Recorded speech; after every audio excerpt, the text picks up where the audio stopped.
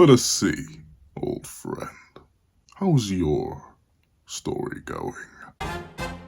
What's up, guys? Hunter here, and here we are to do a breakdown / live reaction and review to chapter 18 of Blue Lock, episode Nagi. Now, admittedly, I had started reviewing it a little bit ago, but then I kind of just forgot about it. I ain't even gonna lie, mainly because, like, it was just in a point of the story that I was like, oh, okay, that's fine enough. And then people had mentioned that it's still going on. I thought it had stopped because I heard like a movie was announced for it. I was like, oh, okay, so the series must have ended. All right, we're fine. But then apparently no, the series is still going on. It's probably going to follow all the way up to the point in the modern manga. So there's still much more to cover. And I may go back. I don't know. I'll see. I may go back and retroactively review some stuff. But I don't know. I've read it all already because I want to catch up for chapter 18, which we're going to be live reacting to today.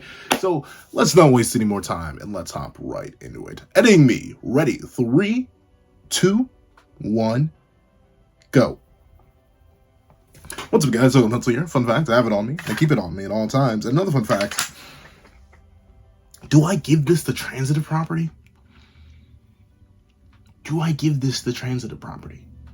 Maybe I do, maybe I don't. I mean, this is peak lock, but it's not peak every week. It's peak every, like, month. Do I give it the transitive property? I think Henri's telling me to give it the transitive property. I'm pre-drawing.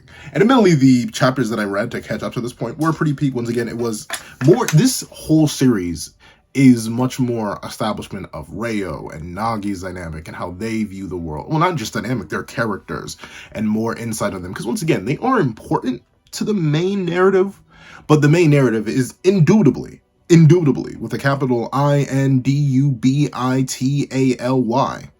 I think that's how you spell indubitably. That is Isagi's story. And thusly, they are more accents rather than their own main characters. But in how I'd say the main series, main character and deuteragonist are Isagi and Bachira. The side stories, main character and deuteragonist are Nagi, obviously, and Reo. So the story has been establishing and expanding on them in a very interesting way. So I'm interested to see how chapter 18 takes us, considering this is the final match of second selection. Well, the final match of second selection.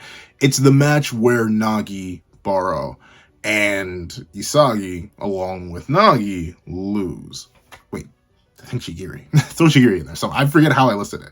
But this is the match where they lose. So I'm going to be very interested to see where we take this one into the far future, especially considering this is going to be from Nagi's point of view now, instead of Isagi's point of view, where he was focused on stopping Bachira. But let's see.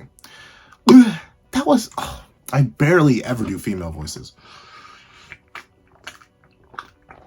Unfortunately, I have no reference for how she sounds like in the anime because I never watched it. I think, like, I see clips of it. Even then, I've seen clips of the English dub, which is, like, exclusively Isagi stuff, so. That was nuts! Wow! No, what? Did she just say wowza? There's no way she just said wowza, bro. Did she say that in the original? Like, okay, I'm not one to talk though, because like I speak in what many people have told me is extremely dated language. Either the words I occasionally use are too big, and half the time I don't even use them right, or the other time I speak like I'm from the 50s. I have gotten both of those statements before, so I guess I'm not the person to be talking about someone saying wowza, but wowza indeed, Henri. I can't even say it. Wowza indeed. But let's see. Yep, Bachira's goal, Baro's goal, Rin's goal, 4-3. Wowza. And yep, and then the inverse direct shot. Incredible. It's always interesting. This manga, I think Nomura's still the artist for it. It looks so close to Nomura's style that I think it is. But at the same time, I think just due to Nomura's art progression and considering he's releasing this alongside... Where's my Googler? My Googler is nowhere to be found. I will not be grabbing the Googler at this time. But I mean, the case, I think this is still Nomura, but I think the reason episode Nagi always looks slightly off to me, especially in its earlier chapters compared to how I remember early Blue Lock, is because Nomura's had art progression.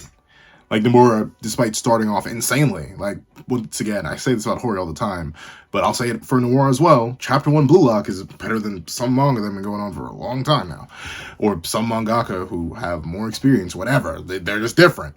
But with that being the case, it's just like, my brain remembers these images and these panels in a slightly tweaked art style, but it's only because this is Nomura drawing a match that's like over 100 chapters old.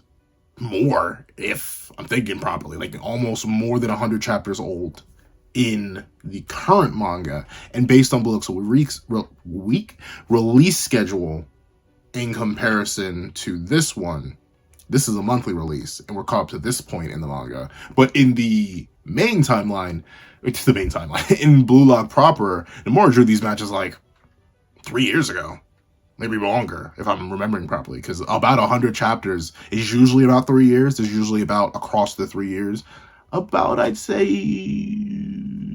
because a proper 52 weeks in a year would be 152 weeks. So I suppose maybe it's lesser than 3 years, but about 52 breaks, maybe that's a bit too much. But with that being the case, Henri goes, incredible! In this match, each plays at an incredibly high level. Don't you agree, Ego-san? Henri's a character who kind of hasn't, actually not even, then again, Ego and Henri have kind of been quiet in the Neo Egotist League entirely. Like, we haven't gotten much sightings of either of them, now that I really think about it. The only major sighting that I can recently remember is End of Manshot. Not even End of Manshot. I think it was just Nagi's goal in general. I think that was the last major sighting. And the Ajax steal. Ego came out and gave Yuki the Ajax steal. But other than that, like, these characters, I mean, don't get me wrong, in the main time, I keep saying main timeline because we're in episode Nagi, but in the traditional Blue Lock timeline, they're already very much side, if not background characters. They're much more for set dressing, being completely real. I mean, Ego, once again, he has his moments, and why I think he's inarguably one of the better new gen teachers. Probably the best. I'm trying to think of, like, what comparisons of new gen specifically that can, like, Sakamoto, from Sakamoto days. He's a fantastic teacher. But, like, other than him, they, even with their very limited screen time, they are, well, not Henri. Unfortunately, she's kind of just there because I guess Nomura wants to draw a woman that's not, like, one of the kids' parents. But overall, they have very limited appearances in what is now just about, we're on like 244, no, I think like 243 in the case of the Blue Lock manga. So, like, for the past 100, nearly 100 chapters or so multiple years, they've kind of been reduced to even more background dressing than they were before. We used to at least get their comments rather consistently in the midst of matches, like this moment is attempting to emulate. So that's interesting. I wonder, I mean, I think we're just saving it because Ego's going to be the coach for the U20. Like, he's going to be the Japan U20 coach, unless we were going to be getting a whole lot more Ego. But even then, in the U20 match itself, Ego didn't really have too much. He just had, like, some minor reaction shots and, like, tried to gaslight the kids into giving up, which only fired them up more. So, who knows? I don't know. Ego, he's such an interesting character, and obviously I'm excited to see his backstory with Noah. When that's happening, I have no idea. Genuinely no. I feel like it has to happen, but, like, I have no idea when we're going to get that backstory. But it was established, so Ego's still getting, like, he's getting plot drizzlings. Henri's, once again, I hate to say it, but Henri's kind of a non-character. For the most part, no. Like, her passion for soccer is very clear. Her passion in support of the kids is also very, very clear, and how much he cares about them and soccer. So that's all good. But once again, it's not one that, like, has much intrigue. Like, I don't think we're ever going to get an Henri backstory. But Ego backstory, that's something I am interested to see. Let's see. Don't you think, Ego-san? Will you shut up? Will you? Do I give him the Vexen voice? It's literally Ego. I think I have to give Ego the Vexen voice. There's no one in the current Blue Lock manga that gets the Vexen voice. It's time. I'm a scientist, Henri. Soccer is what I do. Yes. Will you shut up, Henri-chan? We're working. You're not just watching a game for fun. You're not at home. Sorry. I couldn't help myself. How are you working, though? You're literally watching, like, wait. How? I mean, like, once again, I don't have much of any experience with coaching, whether it be obviously in a sports field or even just in general. Like, people have asked me for help on things before, but it's like, here's how you do it. Finish it. Come back to me when you're done, and I'll look over it. That's like the most coaching I've ever done. But how's this really working? Like, you're watching the kids play soccer. I mean, you're analyzing. But then again, I guess the analysis can be done post-match, but I guess it's good to do in-match analysis? I guess, I don't know. From here, I'm sorry. Henri-chan, I'm a scientist. Experiments are what I do. Yes. From here on, will the prodigy wrench his way, or will the genius swipe it away? Or even, it's finally time for the last goal. She looks kind of funny in that panel. I think it's the nose. Then again, I've always been kind of weird on how Nomura draws his noses. Once again, like, don't get me wrong, it's hard to draw noses. Like, they're kind of just annoying. I hate to say it. They're kind of just annoying. Noses and eyes. Eyes and noses are both annoying to draw for completely different reasons. Eyes are annoying to draw because it's hard to make them mirror each other, unless you're literally in like Procreate or any sort of digital creation software where you can hit duplicate on the layer you drew the eye on, flip it, and slide to the other side of the face. But even then, sometimes that looks weird because, you know, angles and stuff like that. But also, noses are annoying to draw because like they change shapes so drastically depending on the angle you're drawing them from. Like a head-on nose is completely different from a top-down nose, which is completely different from an up-down nose, which is completely different from a side nose, which is completely different from the opposite side. Like, they're just annoying. So I get it, but something like she looks like a chipmunk. I don't know, something about this image. It looks a little bit funny. I feel like her eyes are off tilt. But then once again, don't let, and I said it before, I'll say it again, and I'll say it every single time. If I ever have a critique about any mangaka's art, don't ever think I could do better. Don't even get it in your eyeballs that I could do better. Never could not do it. You could not be a mangaka. And obviously, I don't think I need to convince you that Yusuke Nomura is like a billion, trillion, quintillion, nonillion time. I'm not sure if that's actually an escalating number scale. But regardless, infinitely time better an artist than I am. So whenever I point out details, it's just because I'm so used to just straight liquid. Well, I guess not liquid. I mean, I guess kind of liquid, but then again, it's most likely digital art. But I'm used to straight heat. This is still straight heat, but it just looks a little bit funny. Let's see. The first team to clear the selection. Oh, wait a minute. Did I reread the... Oh, shoot. I may have accidentally spoiled myself. Wait, no. This is the final match. What's the problem? Wait. Because this is the inverse shot. That takes place in the... Yeah. I'm confuzzled. The first team to clear the selection. Oh, okay. A scientist, the first team to clear the selection. Oh, but what I do want, I mentioned, I kind of glazed over this, but what I do like is how Ego, like a lot of people have been saying Isagi's Ego's favorite, right? Like Isagi's just Ego's #1 golden boy. But like you can definitely see, it's once again, due to Ego's lack of screen time and Isagi's very recent rise in the narrative. I see why a lot of people are retroactively believing this, but notably, Ego's been kind of invested in Isagi, but once again, we gotta remember a lot of that comes to the fact that the main story is Isagi's story, and thusly we're going to get a lot more perspective on him since we spend a lot more solo time with Isagi, or time with Isagi where he's working with people and he's going to be the center focal point because he's the main character. But look at this. Ego considers Isagi like a possibility. He doesn't even name drop or give Isagi a title here. The prodigy is obviously Nagi here, because episode Nagi, and the genius is obviously Toshi Rin. So like, Isagi's a side factor. But of course, at least from my reading of the episode Nagi story so far, the blinding and guiding light that is Isagi Yoichi is very clearly meant to be something that is meant to build over time and slowly consume the scope of the narrative. And slowly consume the scope of many characters, ideas, peripherals, and focuses. It's why, like, I think a lot of people aren't happy with it, but the series has kind of been building to a centralization around Isagi. A lot of people are like, oh, too many characters care about Isagi. Kaiser cares about Isagi. Rin cares about Isagi. Nagi cares about Isagi. Chigiri's kind of weird. Chigiri doesn't. But Baro cares about Isagi. Heck, he even has the world's #1 striker and the best player in the world, Snuffy, caring about Isagi. But, like, that's the point. We're supposed to be building this, and we're starting to get to that point, which is good. But, let's see. Crush Rinitsushi. It's the last point. And one thing I do love about this Nagi, the reason he was, I've said it before and I'll say it again, Nagi was my favorite character before Manshine. He just was. He was, like, there were arguments in my head, because, like, the person in me who, like, then again, Isagi, at least in my opinion, Nagi has some really interesting writing, even before Manshine. Manshine complicates his story and stuff like that, which is fine, but, like, Nagi's writing was still good. So, sure, there were more complex characters with deeper backgrounds, like Rin, like Sei, like Shigiri, like Bachira. There were characters who had... It's hard to argue. Like, for the early series, like, pre-U20, Nagi has, like, some of the best goals in the series.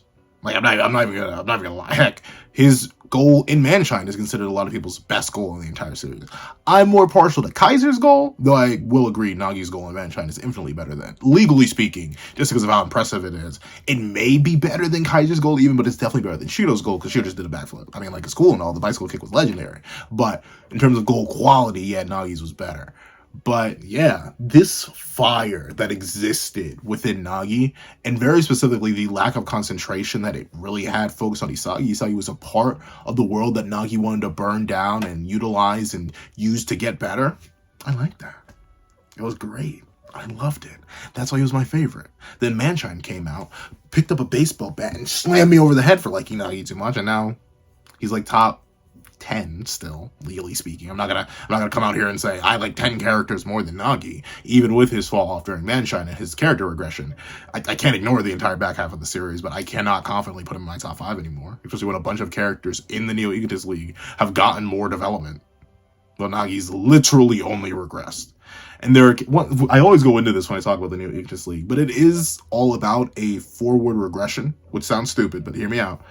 Bachira, reintegrating the monster is literally progression, but it's also regression. Because remember, one of his biggest things was getting rid of and overcoming the monster. For Shigiri, running solo while faster is legally progression. He has the golden zone formula, fantastic, utilizes his previous developments in Blue Lock. But at the same time, you run into the same issue with this little fella here, where his whole character arc was learning that he wasn't alone and working with other people. And obviously, the leg thing. But still... That was the whole bit. But we've regressed to that. Shiri's gone backwards. Reo, Nagi, Reo. Forwards, they've gotten better individually as players, but they had made the hardest regression in the entire league. Baro, being the king, leading a team. For progression, walking backwards. Nico, got metavision, got way stronger, got way faster, got better specs, overall got an increase in planning. But what does he do? He relies on the power of another striker instead of his own and return to a supportive/defensive position. Just like he was doing and just like he had to break out of in first selection in order to become the scoring king and stay in Blue Lock. Aiku, a person who wanted to become a striker, ended up just going back to the defender role. Like, the Neo Egotist League is all about that forward progression yet regression. Everyone's gotten stronger. The Neo Egotist League characters hard power cliff the U20 characters. If you were to take the exact same team comp of the U20 for Blue Lock and substitute their Neo Egotist League selves in there, they would demolish the U20. Even with Sei may actually be forced to go all out just to compete, and he'd most likely still lose. But with that being the case, boy Isagi, he's always been about just moving forward, which in a way involves going backwards with like how his mentality is shifting more towards, yes, serve me. But like, that's a different story for another time. Let's see. We'll smash them and prove that the 4 of us are better.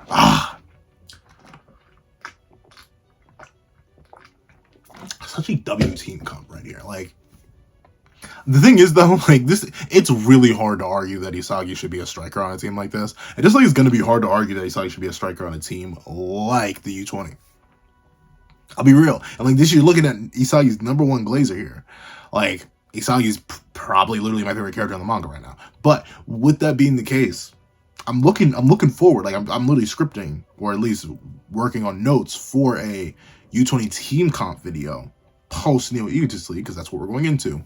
But like, you got Baro, you got Rin, you got Chikiri. Well, okay, Chikiri's kind of weird, but like you got Baro, Rin, and Shido, who are all, at least in my opinion, due to their flexibility, their range, their power, their diversity, and their ability to utilize the support of others in comparison to supplement those longer range abilities. Isagi really would be a better center attacking midfielder. I'm not saying Isagi shouldn't score goals. Like, clearly he still can. But, hey, just like Isagi would do fantastic if he supported Kaiser instead of fighting against them, I think he'd do fantastic supporting everyone else.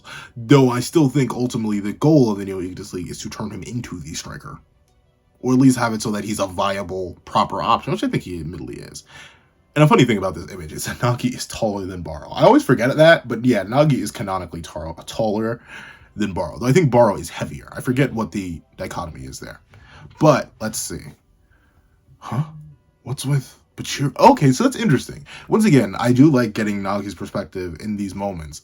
So it does show that Nagi did acknowledge something was up with Bachira. And it's ironic, because I mention this all the time in the main narrative. Nagi's responsible for a lot of characters' awakenings when you look back at it.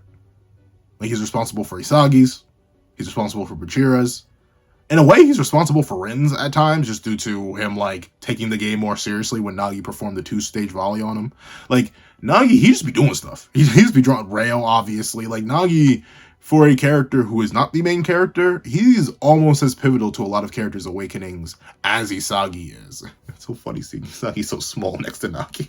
And I do love the character detail that Nagi does like to grab people. Like, admittedly, a fun fact about me, I do a lot of my affirmation with other people through, like, high fives, slaps on the back, thumbs. Like, I'm a very physical, like, fist bumps. I'm a very physical type of approver. Like, I know a lot of people have, like, different styles with that. A lot of people like it when they're just giving verbal praise or, like, textual praise. Like, you did a good job. Or a lot of people, myself included, do appreciate a good monetary raise or praise when you get a little bit extra of that bread. But with it being the case, for me, it's always been something similar to Nagi, where it's like, yeah, especially if they are smaller than me and or younger than me. And by younger, I mean like a year. Like, I still remember back in the day, whenever I saw somebody do good, I'd be like, yeah, and I'd pat them on the back. If they were small enough, I'd just pick them up. I'd be like, good job. Unfortunately, though, I am like 2'5", so I can only pick up people who are like 2'4" and below. But with that being the case, we do get to see that Nagi did notice, which is a good thing. Nagi is perceptive. It's just hard to tell sometimes, because he's a very selfish character by nature, but that's fine. Let's see.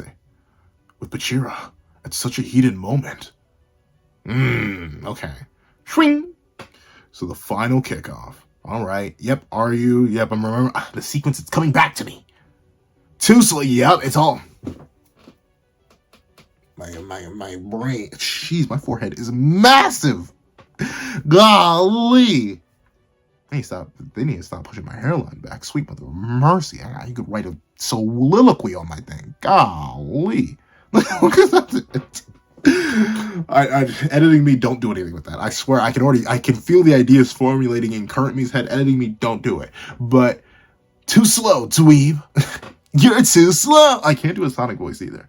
You know, I feel like I've always wanted to be able to do a Sonic voice, but I can't do it. This isn't like you.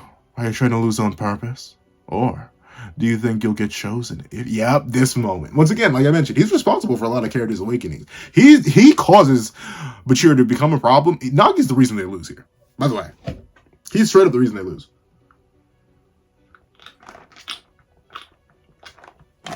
The story, I mean, to be fair, every single character here still makes the U20 team.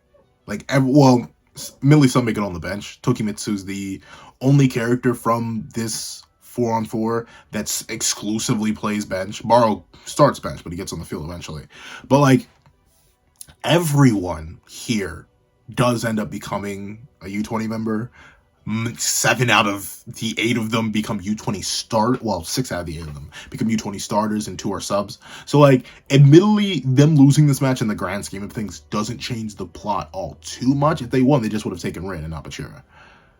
Then again, I guess Bachira wouldn't have awakened, which may have late game ramifications. So I guess kind of, sort of, because Bachira is pretty important in the U20 match based on his awakening that he has in this match. So Nagi, thanks for fumbling, bro. We appreciate it. Though, once again, a thing I do like about Nagi, and the reason, once again, like, he's one of my favorites, is that he was very honest about what he thought of other people. He was like, dude, not only are you an idiot, but also, not only are you a dumb bubblegum stupid ass, but also, I want you to know this, broski, I don't want you if you're going to play like this. He's very forthright, and I do like that. That kind of annoys me. To be honest, I don't need you the way you are now. If we win, I want Rin. And I bet Isagi feels the same way. Yeah. Nagi always be looking majestic, too. There's a long hair. But that is true. I do like the idea that Nagi is all about optimization. It's why, like, as much as I don't like that he went back to Reo, it's not an out of character thing. I think maybe past me was a little bit too harsh on that choice. It's not out of character for Nagi to just use people for his own gain. He's been doing that like since forever. He's part of his title, the lazy genius. He's a lazy fella. He doesn't want to work too hard, and if someone else can make his job easier, whether that be through supporting him, whether that be through getting the job done, or another, whether that be through improving him, as he did with Isagi, and abandoning Reo. It's just like that. For real, where you have this point where Nagi will abandon you or leave you behind if you don't appear to serve value anymore. He did it with Reo, he did it with Bachira, but of course, once again, going to the Neo-Egotist League, of course he's going to abandon his new path of development if it's not serving him anymore. If it's harder to get goals, if it doesn't let him beat Isagi as his goal sort of crystallized into post U20, why wouldn't he go back the easy path? Because the easy path is so sweet. But let's say, I bet Isagi feels the same way. I feel as angry as I do when I see Reo being a pain. Once again, Nagi's not a good person. And that's great. Like, don't get me wrong. And the thing is, this is a similar reason why I like Isagi's development in the main. I keep referencing back to the main timeline, but this is trodden over events. This is things that we have seen in the main manga already. So I'm going to keep tying it back and forth because this is essentially me. This is kind of me getting to review parts of the manga that I wish I was there to live react to, since Peak Lock's been Peak Lock for a while now. But this is why I like Isagi's development so much. Because Isagi's turning into Nagi, as he's turning into Kaiser, as he's turning into Baro in a sense. The centralization of the world around himself that Isagi desires as a striker, as an egotist, as an egoist, if you will. That is what is required. That's what's needed. That's what Isagi has to be. And it's leading him to make these darker decisions. He's out here manipulating people. You see him with Yuki in the Manshine match. He's out here grabbing full-grown men by the scruffs of their shirts and clowning them on live TV. That's what he's becoming. This person who only finds disgust in those who aren't useful to him, those who break his narrative, those who do not fit into his vision, his meta vision. And ultimately, that's why Nagi before Manshine seems so interesting to me, and why I'm so, like, once again, reading through episode Nagi myself, it's recontextualizing the Manshine twist more and making me retroactively appreciate it, because it just, like, once again, it's just a mistake. It is legit just a mistake. And I presume in this manga, in like 2 years, we're going to catch up to the Neo-Egotist League, and we're going to see Baro versus Nagi, Ubers versus Manshine, and I'm assuming Baro's going to be responsible for Nagi waking back up, because I really don't see us running into the U20 with Nagi not a viable combatant. And by viable combatant, sorry, I'm talking on shonen power scaling terms, but as in a viable player. I don't think we're going to kick Nagi out of the running. Once again, we literally can't have the episode Nagi manga, which I've heard has been doing very, very well. I know Blue Lock's the #1 selling manga this year, but I think even episode Nagi's doing well on volume sale, which is good. I mean, hey, more Peak Lock for me. I ain't going to complain. But with that being the case, I think ultimately Nagi's going after Reawakened versus Ubers, and he's going to have to do that in order to get some value back so he can have further redevelopment by the time of the U20 World Cup.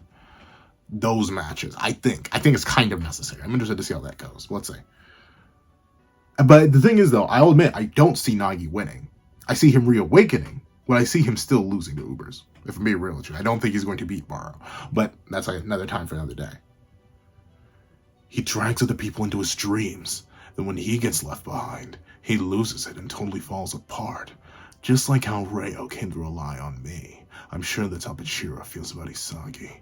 What a pain. After I finally got so heated up. I don't need weaklings like you on the field. All that heat got shut away after I lost to Isagi. It's coming back to me now. I feel like I can bring it back. I need that heat so I can be reborn again. Yeah, this is what he needs it. That heat, that passion, that fever. You feel the fever, Nagi, flowing through your veins. I'm gonna be pacing around my room and stuff like that. That's what I'm talking about. Where is this? I need him back, bro. I need him back. NOMURA, hurry up the development. I need him back. I need him back right now. I need him back right this instant, dare I say. Because this is the Nagi I came to like. One who, and it's weird, right? Because like I shouldn't like this Nagi, right? Like he's clearly invalidating and ignoring the feelings of other people who are having like genuine emotional reactions. Like think about it. Reo, for all intents and purposes, no matter how ugly he is, because he is ugly. I'm sorry, all Reo fans. That man's built like he is built like a chameleon, bug eyes and everything. But Reo is the person who brought Nagi into this place where he does feel passion.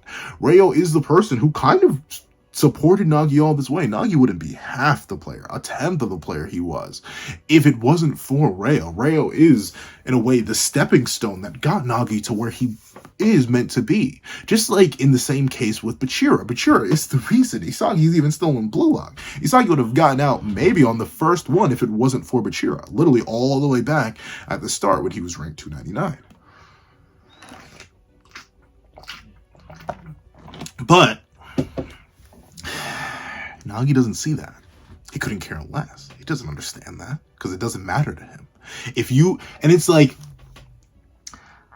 I've known people who are somewhat similar to Nagi, though admittedly this is kind of low-key sociopathic behavior, not being able to understand and recognize the individual feelings of others. But that sort of dark, all-consuming, like, no, I want what I want and I will get it. I've seen that before. Heck, to certain degrees, admittedly, I don't think I've had moments where I've like completely disregarded the humanity of other people and like their thought processes. I don't know. I was raised to be sympathetic and empathetic, so like it never necessarily happened to me in that way. But I can completely understand the idea of like, hey, bro, if you aren't here to boost me, if you aren't here to compete me, I'm going to keep I'm going to keep moving forward. I very specifically remember a moment way back when, decades ago now.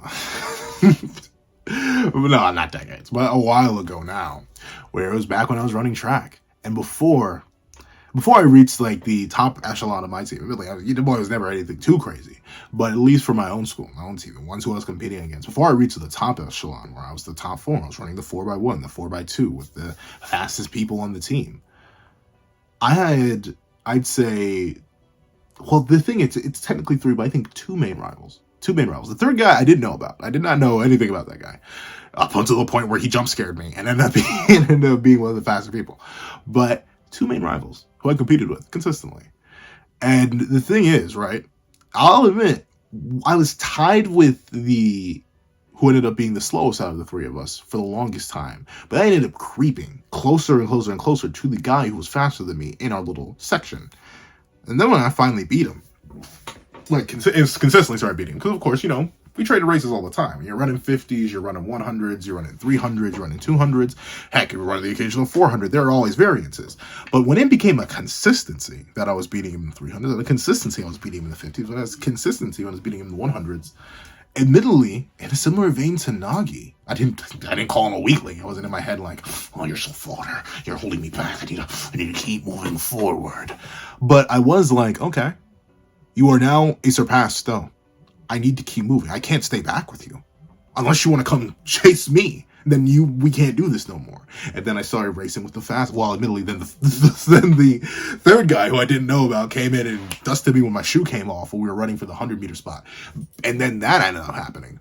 But I just beat him too. I was faster than him the whole time. I'm still to this day. I mean, I've gotten over it. Obviously, that is a past part of my life. But I still remember in the moment, I was like, Coach, just let me run it back. And he didn't let me run it back. I had to wait for like a week, and then I ran it back and got the spot. But I started chasing and running with that new group. And I can see where Nagi's thought process comes from, because I had a similar one. the idea of that passion, that heat, that moment where it's like, oh no, I'm doing something good. I can keep moving. I can keep growing. When you feel that, when you start getting in the groove of that, you don't want people getting in the way. You don't want to be dragged down by the chains of people who have either given up or can't compete anymore. You want to keep moving forward. And I love that Nagi's whole persona, especially someone who was never challenged, because I've known people like that. I've known people who were never challenged. When they finally met a challenge, they responded in two different ways. They either gave up, which is reasonable, because, you know, like, never struggled a day in your life before. Why do you want to suddenly start struggling now? Or B, it turned a switch in their head, and they became like monsters in of their own right, when they were already monsters, like monster squared, essentially. And they suddenly started working way harder than they ever did before. I've met both. I've been friends with both. Me, I've struggled a lot in life, so I can't necessarily say I was ever in a comparable scenario to those people. But with that being the case, I can understand, and I love how Nagi, once again, this isn't the healthiest thought process. It's fragile. Chasing something as temporary as the heat, as the fever, as the passion is good. It's starter motivation, but as we can see, it can die off. And ultimately, I think Nagi's journey probably will be one of my favorites by the time this series is over. Man, once again, episode Nagi does help recontextualize a whole lot and remind me of why I love the character so much. But let's see. So I can be reborn again. Alright, Isagi passes the Baro. No! Move back! This is a seesaw game. Alright, let's bust right through! We're gonna clinch it. With this last play. Whatever it takes. I'll beat Rinitoshi. Yes, I love it. Nagi does what admittedly sometimes I do. Though admittedly Nagi, I think he over-centralizes it on it too much and kind of like stopgas himself, especially with Isagi in particular. What was that? But the idea of like piecemeal goals, it makes sense. Isagi uses it too. Like, it's just a common thing.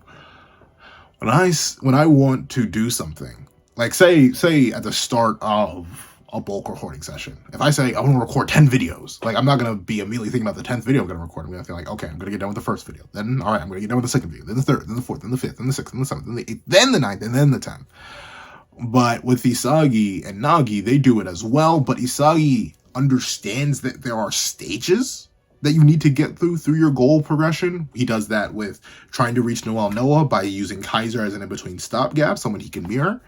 But Nagi, once he locks in, there's like a 50-50 chance that he doesn't remember the future. Like, right now, his thoughts, you can even see it in the way it's echoed. I'll beat Rinitoshi, beat Rinitoshi, beat Rinitoshi. Like, he's so locked in on that. And we see he does survive past this, even though he loses. But I think it's because no one on the team enables him like Reo does. Ultimately, I think Nagi could have stayed the exact same, my favorite character in the entire series, if Reo didn't enable him. If Reo had stuck to his character development. But once again, like I said, the new Elitist League is all about forward regression. So, let's see. Rinitoshi beats Rinitoshi. He's so single-minded. He's so, like, once again, he's consumed by the passion. And that's great. It's interesting, right?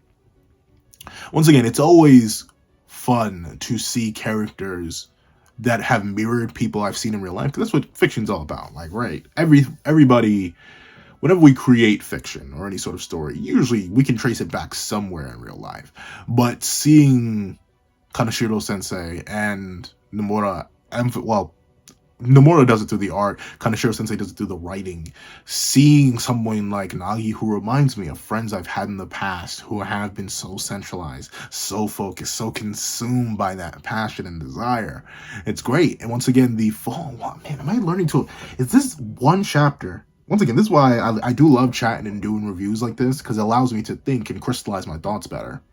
But I think I'm learning to appreciate Nagi's downfall and Manshine more and more and more, because I know I've seen it before. I've seen people who were challenged, had a flame lit under them, and once they finally completed that challenge, they're like, whoo! Wait, I'm good. And then just sat back, rested on their laurels. And I don't blame them, once again. And depending on the challenge that they overcame at that point, some of them had a good reason to rest back on their laurels. When you get a perfect score on the SAT, what else do you need to do? You don't got to retake it after that point. But with that being the case, it's so interesting to see it reflected in this story. I'll take the Best Supporting Actor Award. A chest pass? Take it. Striker. And that's interesting, right? And I think this is another reason why Nagi's loss here didn't end up breaking him as much as it likely could have, like we saw with, well, no, his loss here into his later victory didn't break him as much as it could have, like later on in Manshine. It's because, ironically enough, he's not the main actor. He's not the protagonist. He's working with Isagi, someone who has an even brighter light, an even more overwhelming passion, an even greater ego and desire to consume everyone around him. And thusly, Nagi is still inadvertently, even if subconsciously, while being so focused on beating Rin, consuming Rin, he's still just chasing a different light. And I like that. Let's see.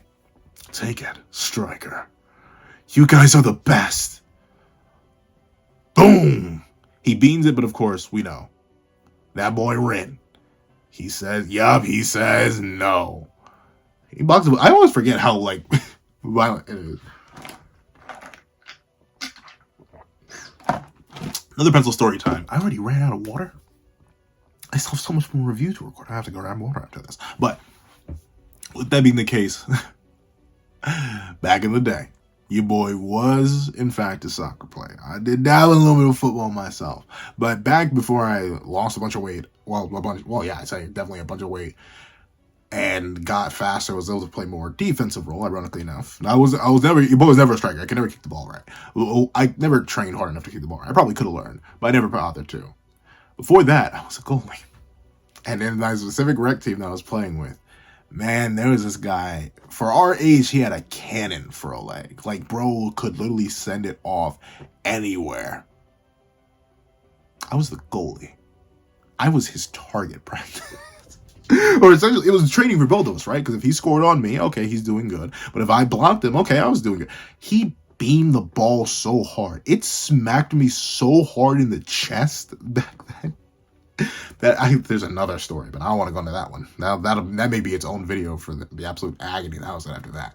But he hit me, he beamed me so hard in the chest with a soccer ball. And I know I do have some soccer players in the comments who watch the Blue Lock review. So if you've ever been beamed in the chest by a shot that's meant to be a goal, you know how that feels. Those vibrations that palpitate, I swear I nearly had like a heart attack. But I blocked the shot. And like the thing is, my body was in so much pain, but my arms, they had gotten so used to the contraction reflex from like trying to grab the ball after I blocked it with another part of my body, that I did catch the ball, but then I like stood there shaking with the ball in hand because it hurt. I can't imagine. Luckily enough, I was never beamed by him on the domer. And I know Isagi's not the most strong shooter, but presumably he's stronger than that guy was at that time. And because Isagi and Rin are older than I was when I'm referencing that story. But, geez, taking a direct shot to the dome, that's crazy. Let's see. For real? Even Rinitoshi is getting heated thanks to Isagi. And yup, Meguru Bachira. So I'm actually interested to see Nagi's perspective in this moment. This is when Bachira goes nuts, right? Let's see. Bachira's vibe has totally changed. No, he's just struggling. He's trying to change. Just like me. See, it's Nagi's piecemeal thought process is so interesting to read and break down.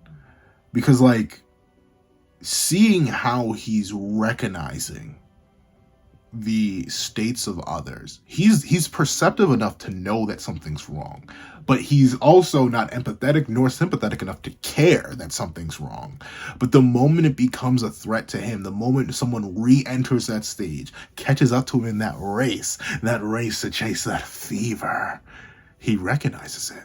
And he even is able to directly empathize with it, which is so interesting. It makes Nagi, and once again, Blue Lock in general, it has overall the best new gen sidecast. Out of the stuff I've read. I haven't read every new gen ever, obviously. I've simply not. But in terms of this for me, and obviously this is cheating, because like this is episode Nagi, a spinoff entirely centered around Nagi. But seeing this be emphasized through this allows me to greater appreciate the writing behind Nagi and how focused he was in this moment and how much how many thoughts were blaring and blazing through his head, which is great. Let's see. He feels Isagi's light, and it's making him want to change. Uh-oh. And look, and see, with that revelation of how Nagi's feeling here, this grab where he goes to stop Bachira, it's almost a grab of jealousy. He's like, no, you can't, because Nagi, once again, he's logical enough to know that if Bachira keeps evolving, if he keeps getting in his way, if he chases that fever, then his own goal will be compromised. So this desperate reach, like, I'm not sure. Once again, your boy does not watch too much football and hasn't played properly or professionally or even been rec for years. But, like, I'm pretty sure this could arguably be like a foul. Like, you're trying to, that's like a malicious attempt of interference with scoring, I do believe. Like, he grabs Bachira here. If Bachira didn't, like, immediately hit the rotation jutsu and then immediately start doing a spin move on him, like, I'm pretty sure that could have been a foul.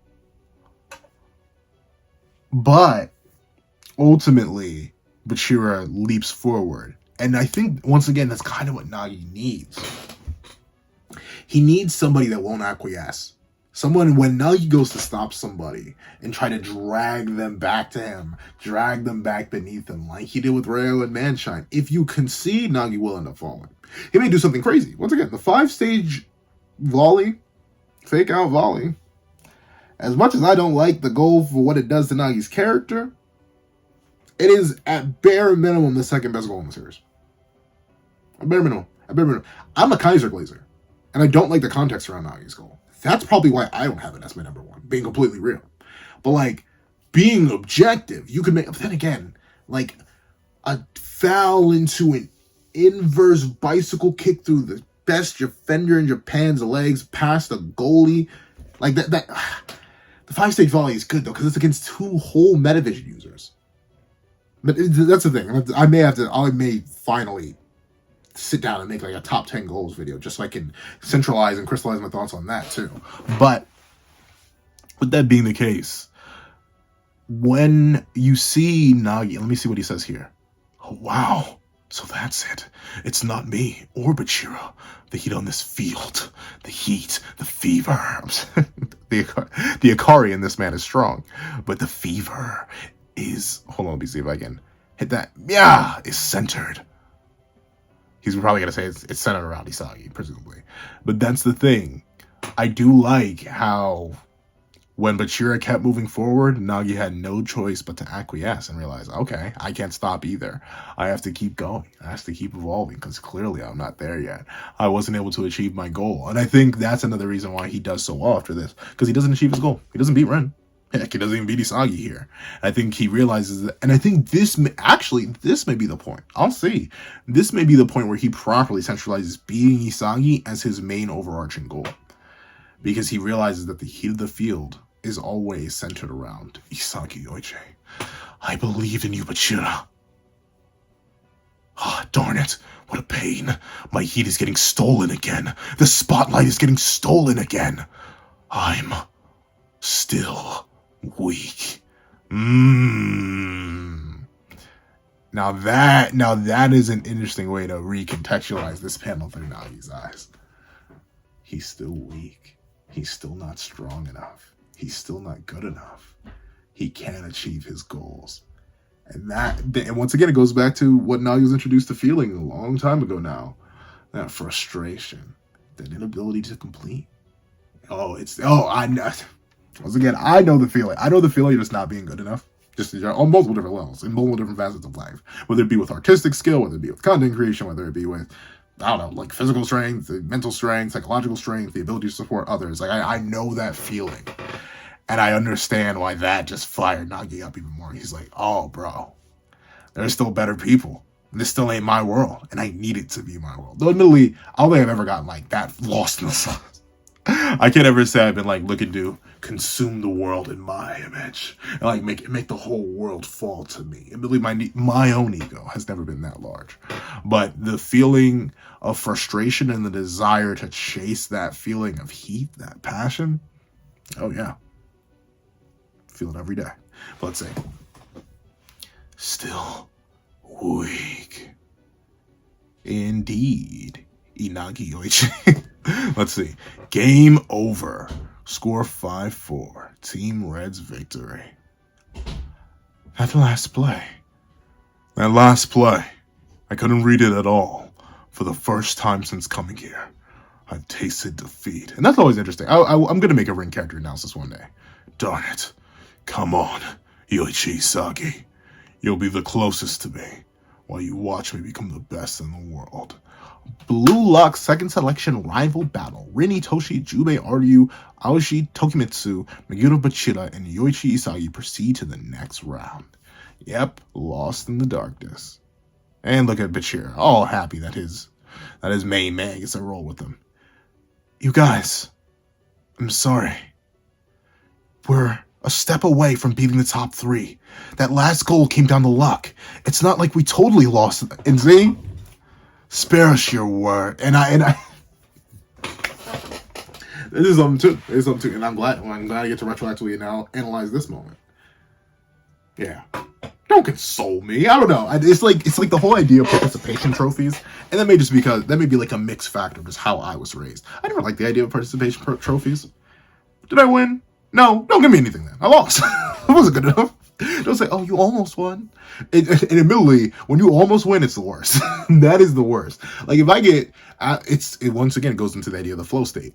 If I lose drastically, if I'm just body bag, like I legit, like if I get perfected, whether it be in a fighting game or like if my team gets blown out if I'm playing soccer, or if we lose like a 4-by-1 by like a whole like the 4-by-1 isn't that long, like a whole 10 seconds, like then okay, obviously yeah, I was blown out. There's no way that won't bother me as much. But when you lose by a step, by a hair, when you're down, when you're in the moment, I always go back to fighters. I think there's one match I had, it was me and my boy, and it was a money man, and it came so close.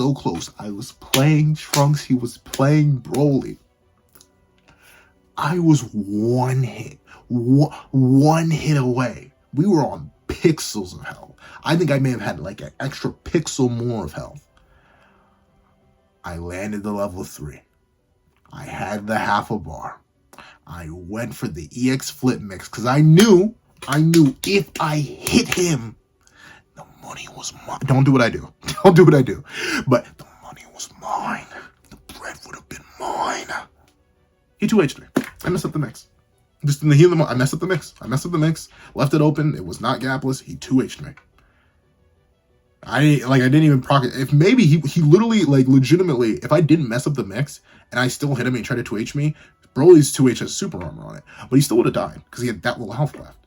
So I would have lived the 2H and I would have hit him with the medium in the air. I would have hit him with the medium in the air, and I would have been knocked away, but he would have died, and he would have lost the match, and then the bread would have been mine. But no, I lost because I messed up the mix. That hurt the most. That hurt the most, and I didn't want, because he was like, "Oh, dude, that was such a close match. Maybe you could have won, but where's my money?" And I was like, "Here, just take the money, and I'm gonna go practice," because that was the one that hurt the most. What do you guys feel about them close wins? What do you feel about them close wins? That like you're so close. Those always bother me the most because it's like I know if just one fundamental thing changed, it would have been fine. Let's see. Rin picks you. That's reality. So shut up and move on. Shouts to my boy Shigiri. Give me episode Shigiri. That's what I want. For real. If you keep looking at me with that face, I'm gonna want to execute you. Hurry up and get going, loser. But he literally won. Well, in a way. Yeah, we're the star of this team. And the bill just landed on us supporting actors. I'll crush you the next time we meet, Isagi. We'll come back from this, even without you. Bye-bye, egotist. Is it egotist or egoist? I swear it always changes. But, okay, there's the chapter title. So, the man who understands that he was not the center of the heat. You darn well better. Bring it on. Yeah, okay, Isagi. We're weak. Yeah. I like that. They are immediately held up the tough facade, but they immediately realize we're not him. we aren't that like, and they all immediately get consumed by exhaustion, by anger, by disappointment, by everything just kicks in that moment. That's great. Darn it. It ain't gonna end like this. Talk that talk, bro. So frustrating. I don't have enough. Oh wow, this is it. This is it. Okay, so we did just wrap up this match. All right. I still want to play soccer. Yeah, we'll get our revenge. All right. You could not tell. AW chapter indeed. It looks like the transitive property did in fact work, and it may have accidentally, this chapter and this reaction may have accidentally got me back on the Nagi hype train. Let's talk about why. Number one, you know I gotta give this to Nomura every time, beyond a shadow of a doubt. The art in this chapter is immaculate. This is obvious. This is gonna be one of my favorite panels ever. I wish Editing B had like the skill to like clean this up a little bit so I could like add it. But you know this is gonna be the thumbnail. Whew, with this scrumptious stuff. Two, once again, this is kind of like, this is arguably like second selection Nagi, specifically in this match, is arguably my favorite version of Nagi in the entire series. So like, I love this Nagi and his characterization, and the further mention and realization of Nagi's own selfishness and his arrogance and his desire to live his own world, chase his own dreams, do his own things, regardless of what other people believe and say. I love it. Making Nagi a bad person actually makes him a better character. And seeing him have the moment of realizing of not only that Bachira is still a valid contender and that ultimately he can't just restrain him, leave him behind. He can't restrain him with his own ego like he desired to and move on from him right here. But at the same time, he also realized that not only is he still weak, he's not good enough to achieve his own goals, which is why he lost to Rin here, but also that he was not the center field, that he was not the heat nor the light guiding this match. The main character was Isagi Yoichi, and seeing him tackle that and struggle with that and realize that there's still so much more to go, chef's kiss. Fantastic. Yeah, your boy's gonna have to be reviewing episode Nagi from now on. All right. You got me. If you made it all the way to the end of this video, please leave the defeated genius in the comment section down below. I would like to thank you guys so much for watching once again. Please remember to leave a like, share, comment, and subscribe. And make sure you hit that little notification bell so you do not miss out on any videos that come to the channel. Also, I do have a Patreon down below, where you can support me for as low as $1 a month to get things like exclusive videos, early content, and more. You can also now become a member of the channel for as low as $3 a month to get the same perks and more. Now, I want to thank you guys. Oh, and the perks will include the live reaction to any other series that I happen to review. Maybe. I may start doing live reactions exclusively for Patreon. I'll see. Maybe. But regardless, I want to thank you guys so much for watching once again, and I hope you guys have a wonderful day. This is That with a Pencil, writing off.